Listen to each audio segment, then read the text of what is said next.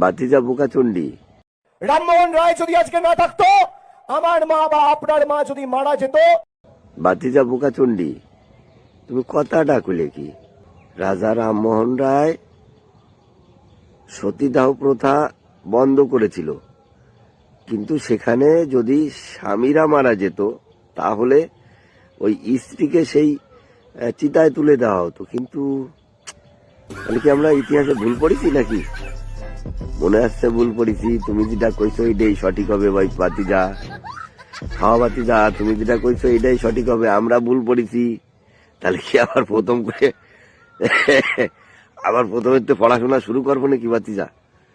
না মানে তোমরা সত্যি, তোমরা বেশি যে কি নমুনা বাংলার মানুষ। আমি আর কিছু বলবো না, যা বলার বন্ধুরা তোমরা বলো। এটা বাংলার যুবরাজ কিনা কয়া রে?